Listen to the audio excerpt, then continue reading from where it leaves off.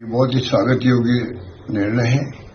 परंतु जैसे राहुल जी ने कहा कि दो बातें, एक तो टाइम लाइन मालूम पड़े कि कब तक हो जाएगा, कैसे होगा।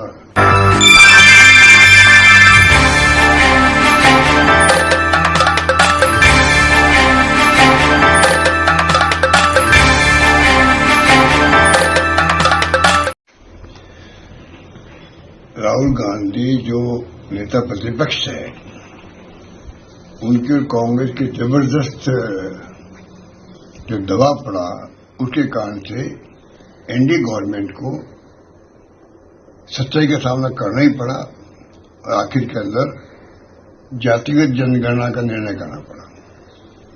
ये बहुत ही स्वागत योग्य निर्णय है। परंतु जैसे राहुल जी ने कहा कि दो बातें, एक तो टाइम लाइन मालूम पड़े कि कब तक हो जाएगा, कैसे होगा। दूसरा, इसके अंदर इस तरह विस्तारित जनगणना हो जिससे कि मालूम पड़े कि एससी, एसटी, ओबीसी के लोगों की स्थिति क्या है। क्योंकि जो इम्पोर्टेंट ब्यूरोक्रेसी में है, जुडिशरी में और जगह है, वहां पर उनकी हिस्सेदारी नहीं के बराबर है। और दूसरी तरफ जो गिग वर्कर्स हैं, 90% लोग जो है उसमें आपको यही गरीब मिलेगा, मजदूर मिलेगा, इन तरह की जाति के लोग मिलेंगे, एससी, एसटी, ओबीसी के लोग मिलेंगे। तो ये जो अभियान राहुल जी ने चलाया था, उसका मकसद ये था कि किस प्रकार से, ये तो पहला कदम हुआ है, अब आगे जो है 50% की भागीदारी जो है, वो जो राइडर है उसको खत्म करना पड़ेगा।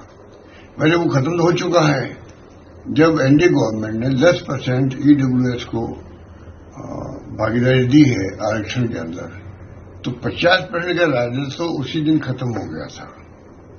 और मुझे खुशी इस बात की है कि किसी ने उसका विरोध नहीं किया। एससी ने, एसटी ने, ओबीसी ने 10% का आरक्षण दिया, नई सोच के साथ दिया गया। क्योंकि पहले संविधान की जो मूल भावना थी, उसके आधार पर वो फैसला हो नहीं पा रहा था। ये फैसला हुआ तो सबने एक प्रकार से स्वागत किया।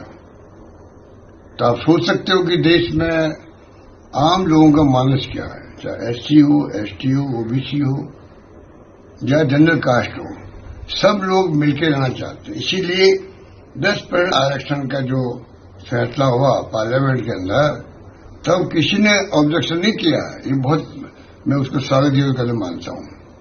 उसी प्रकार से अब जो राहुल जी कहते हैं कि 50% का राइडर जो है वो तो खत्म हो चुका है, एक प्रकार से उससे आगे बढ़ना चाहिए, जिससे कि एससी, एसटी, ओबीसी के लोग भी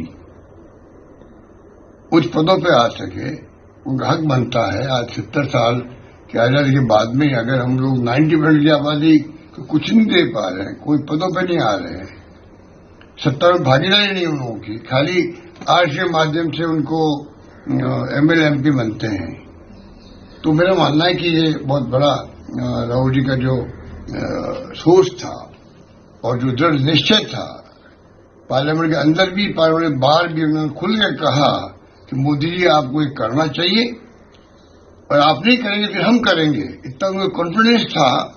उसकी जीत हुई है कल, मेरा मानना यह है। अब जो एक जनरल कास्ट या एडिट पर कह दीजिए आप उनको, उनमें से लोग बैठे हुए सब पदों पर, तो मैं समझता हूं कि अब लोगों को आशाएं जगेगी गरीब को, दलित को, पिछड़ों को, ओबीसी लोगों को।